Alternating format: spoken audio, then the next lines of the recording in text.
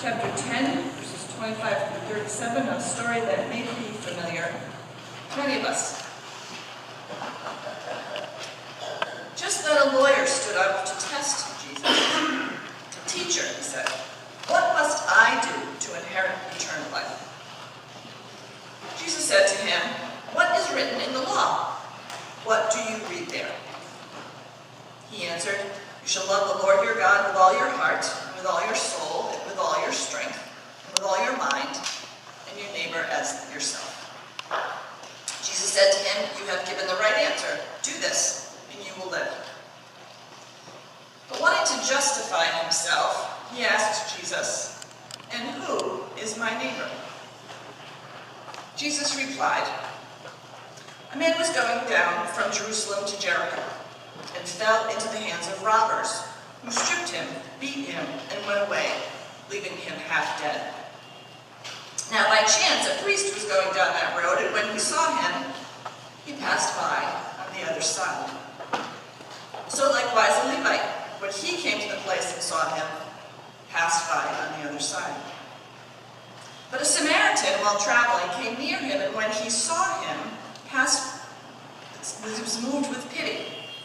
He went to him and bandaged his wounds, having poured oil and wine on them.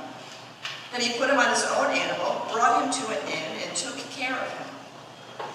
The next day he took out 2 denarii, gave them to the innkeeper, and said, "Take care of him, and when I come back, I will repay you whatever more you spend." Which of these 3 do you think was a neighbor to the man who fell in the hands of the robbers? The man said, "The one who showed him mercy." Jesus said to him, "Go and do likewise."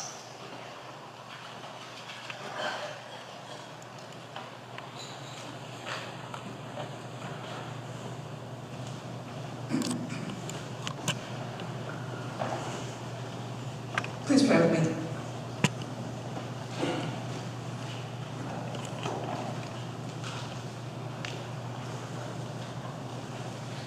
Loving God, speak to us that we might hear the words you need us to hear on this day, and be with us as we seek to do your will now and forever.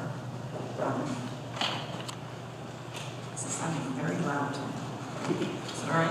Yeah.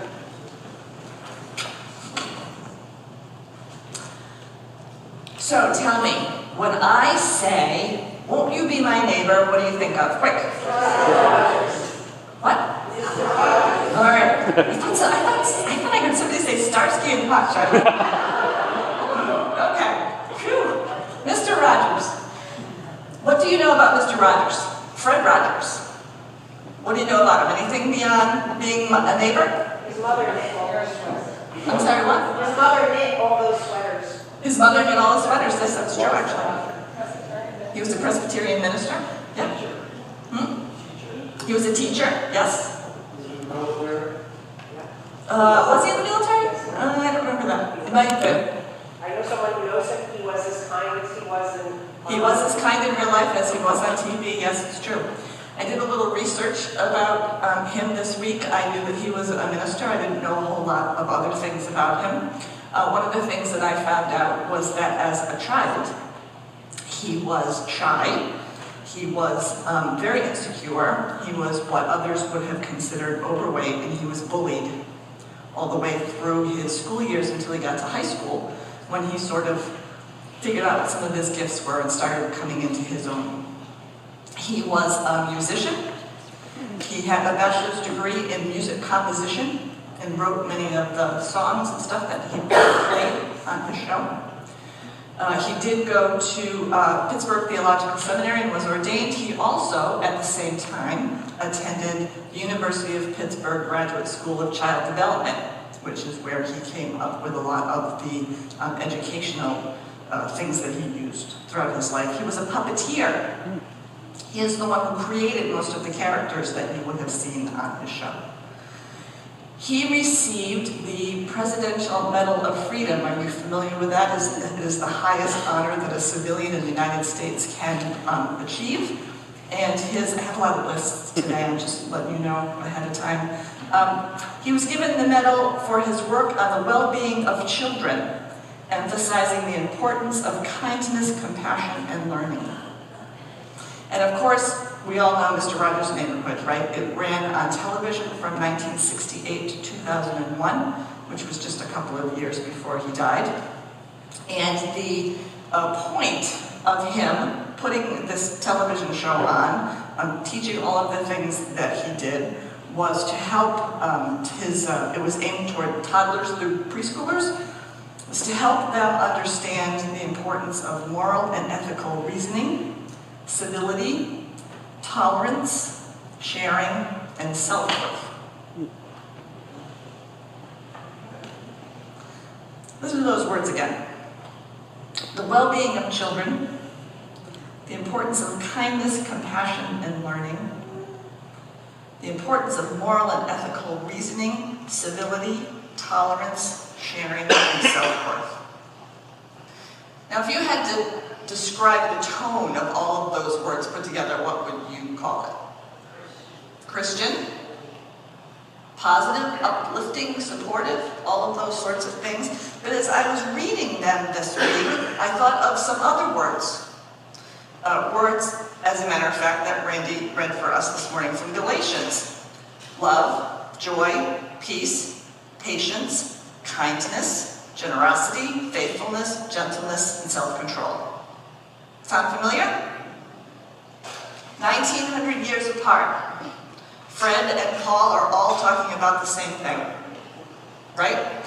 Hasn't changed much over the years. The kinds of things that Paul was trying to teach the people in Galatians are the same sorts of things that Fred Rogers was trying to teach generations of children as they grew up. Both of them were talking about what? They were talking about being good neighbors.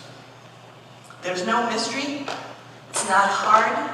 It's lessons that we see in the Bible all over the place. Doesn't have to be a magic formula. It doesn't have to be complicated. It's about being a good neighbor. It's about being nice to each other, respectful, all those kinds of things. Now, in the church in Galatia, there was a conflict going on, a specific issue that Paul was addressing. And the issue was that the leaders of the church in Galatia were having an argument about whether or not Gentiles, who are not Jewish, had to first become Jewish before they could become Christian and follow Christ. So some of the leaders of the church who were the legalists were insisting that if you wanted to join the church, if you wanted to follow Christ, you first had to become Jewish, which means you had to become circumcised and go through all of the Jewish rituals before you could then go on and become part of the church and do part of the work. And there were others that were saying, but Jesus came for everybody. It's not really necessary to go through those middle steps. And the other ones were saying, but Jesus came as King of the Jews, and they go back and forth, and there was a big crisis. And Paul had to step in and say, hold on. Paul had to remind them about the freedom. Paul talks about freedom in a lot of his letters, right? I think the last time I preached, we talked about freedom. He was reminding them that Jesus and Jesus' law of love was freeing them from all of these kinds of legal restrictions. He wanted to remind them that some of those things didn't matter anymore. That what mattered was the kinds of things that Jesus emphasized every time. If you are led by the Spirit, you are not subject to the law, he says. The goal of being free is to treat one another fairly. Do not use your freedom as an opportunity for self-indulgence, but through love become slaves to one another. Basically, he was telling them, stop arguing. You're all neighbors. Figure it out. Now, Jesus in Luke was not using all of the same words, but he was saying the same thing, right? Why does he tell this particular story? What was it that prompted him to tell the story? It's because a lawyer The legal guy is trying to test him, is trying to trip him up, is trying to trick him into saying some of the wrong things. People did that to Jesus all the time. And so he first asks, what do I do? And Jesus says, well, what do you think? And he says, love your neighbor. And Jesus says, okay, go ahead.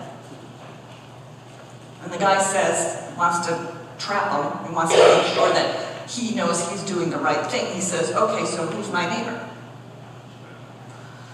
How many of you know anything about the Samaritans?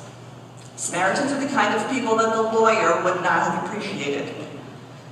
You avoid Samaritans at all costs. They are considered unclean. They are considered unworthy. So what does Jesus do to answer the question about who's my neighbor? He tells a story about a Samaritan. Remember, when we're referring to this story, what do we call it? We call it the story of the Good Samaritan, right? Which implies that most Samaritans weren't. You don't call somebody good if, that's usual. So Jesus tells this story in which this legalistic guy's heroes, his religious leaders, those that are in charge of his faith, are the ones who ignore the person who needs help. And horror of horrors, the Samaritan turns out to be the neighbor. Ooh.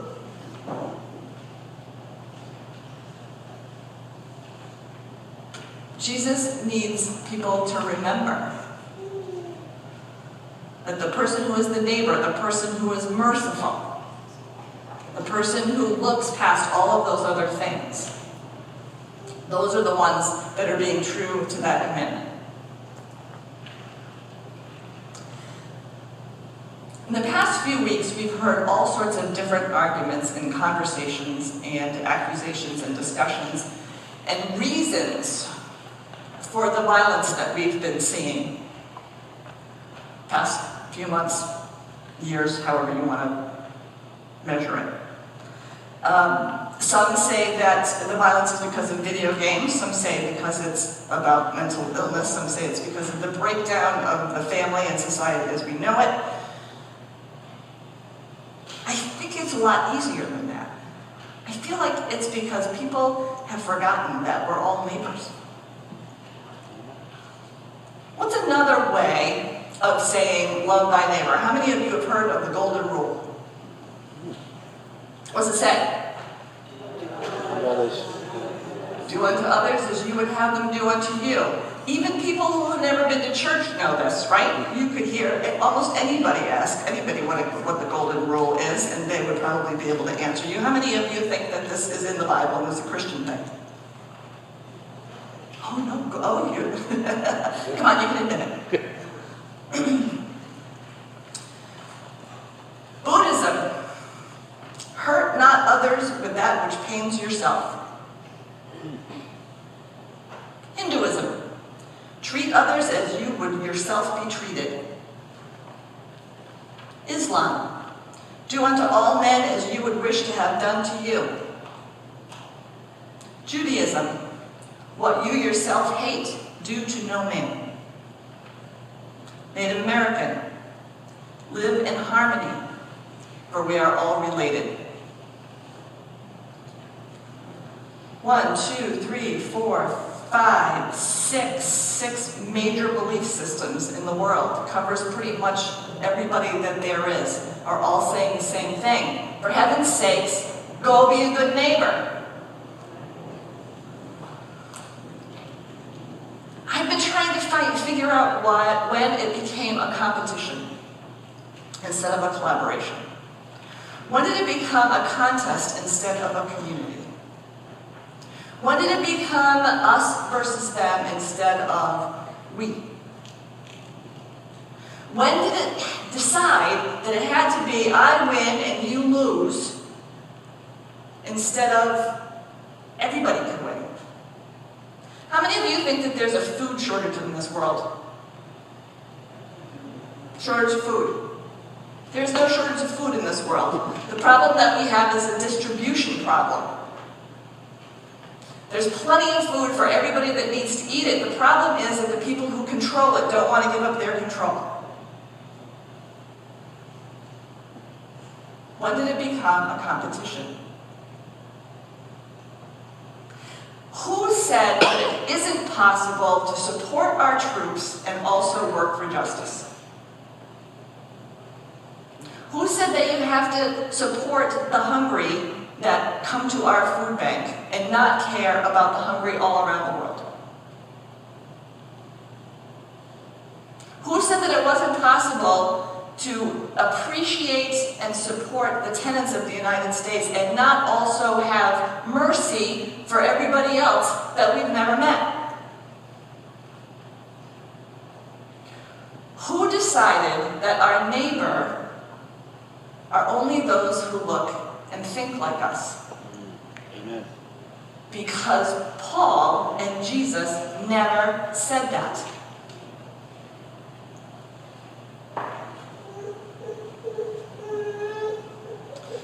Last week,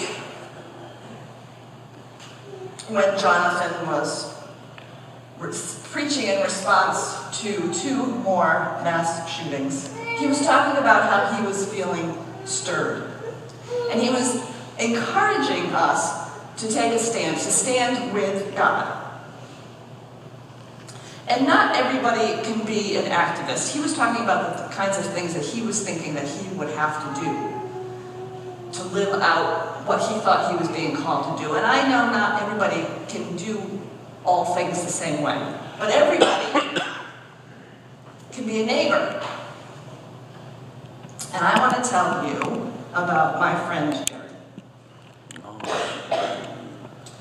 When I was a pastor in Northeast Connecticut, small town, one of the towns in what was called the 10-town area, a very small rural section of Northeast Connecticut. My superintendent of Sunday schools, with whom I worked closely with Cindy, and because I worked closely with her and saw her a lot, I met her husband, Jerry. Jerry was not involved in the church, but Jerry was known to me because he was the fire department chief, the chief of the local volunteer fire department. And because he knew that my brother was a firefighter over here in Rhode Island, in Warwick, he asked me if I would become involved in the fire department as a chaplain, which I did for 13 years. So I worked with Jerry in all kinds of different situations. And I've kept in touch with them. I've been gone from that church for about 10 years, but I've kept in touch with them. And in February, Jerry met me and my daughter and son-in-law and grandson at the fire station. And Jerry had a little plastic fire helmet, and he let Tyler crawl all over the trucks. Tyler's obsessed with fire trucks and was just absolutely overwhelmed. And while Jerry was letting him touch every single piece of equipment, all I could think of was, the fingerprints, because they shine up their trucks. But he didn't care.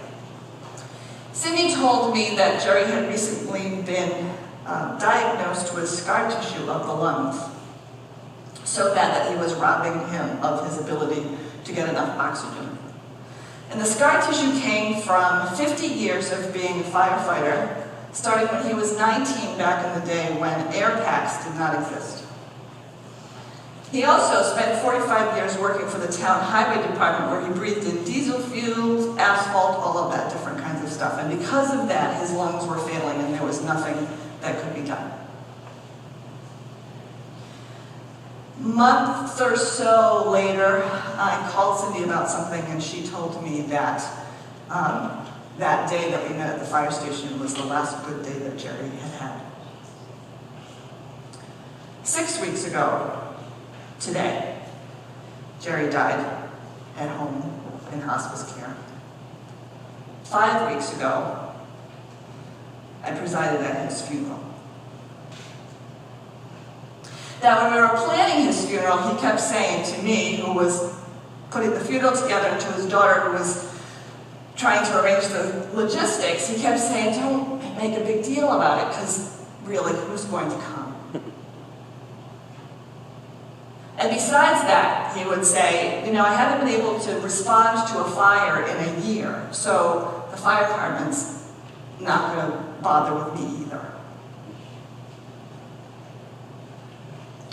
2 days before he died, which happened to be Jerry and Cindy's 50th wedding anniversary, the new officers of the fire department showed up at his house in their dress uniforms and gave him his 50-year service plaque. And the new chief, who hadn't always agreed with Jerry's methods and approach, came out and said, "We haven't always agreed, but I have never met a man more committed to his community and to a fire department than you." And then the night before the funeral, as I sat at the visiting hours and I talked to people and I was looking at the bunch of pictures and articles about the at least 2 people that Jerry pulled from burning buildings, and I saw the hundreds of people that came through to greet his family, I thought, Jerry, you are not getting the last word on this one. And the day of his funeral, it was 95 degrees and probably 95% humidity. It was a horrible day. Luckily, the former pastor of that church had made them get air conditioning. The church was absolutely packed to the gills, 400 people. The last 6 rows and the balcony were reserved for firefighters. The last time I had a chance to look outside, I could see members of the fire department who were standing as an honor guard up and down the sidewalk. And by the time the service was over, was about, I don't know, an hour and a half after that.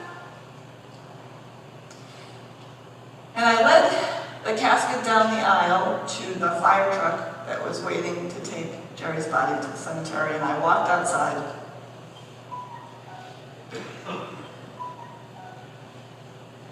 And all I could see was firefighters and fire trucks.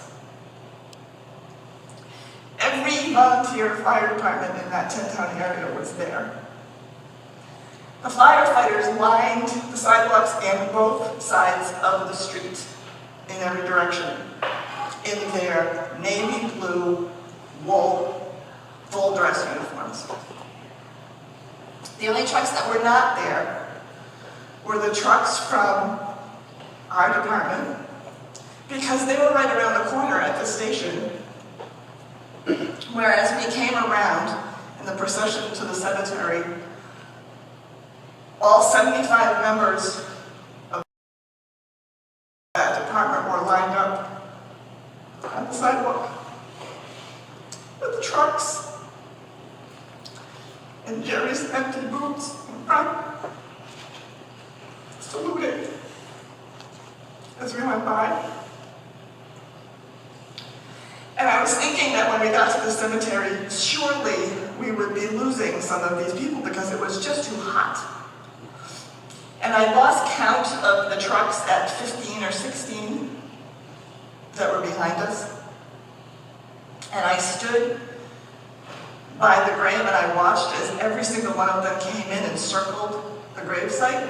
And everybody came out of the trucks and out of their cars and stood at attention at the grave to honor a man who dedicated his life to helping the people of his town.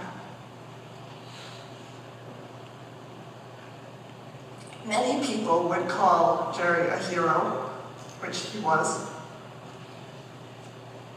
But what he thought he was doing was being a good neighbor. He did not know most of the people that he saved and served. He never saw most of them again after he put the fire out or pulled them out of a car. But he didn't care, because his responsibility was the safety of those people, and he took that seriously no matter who they were. When his daughter spoke at his funeral, she described him as being humble. And I described him as being dedicated, and as far as I can tell, those are 2 different things that you can say to describe a good neighbor. If we want to stand with God, we cannot miss if we first begin by standing up for our neighbor. And it's not that hard to do. Pick a word. Pick humble and dedicated if you want. Pick Mr. Rogers' words: civility, tolerance, sharing, kindness, compassion. Pick Paul's words: love, joy, peace, patience, kindness, generosity, gentleness. Pick Jesus' word: mercy. Pick a word with any combination of those words. Take those ideals with you and go out and be a neighbor. Amen.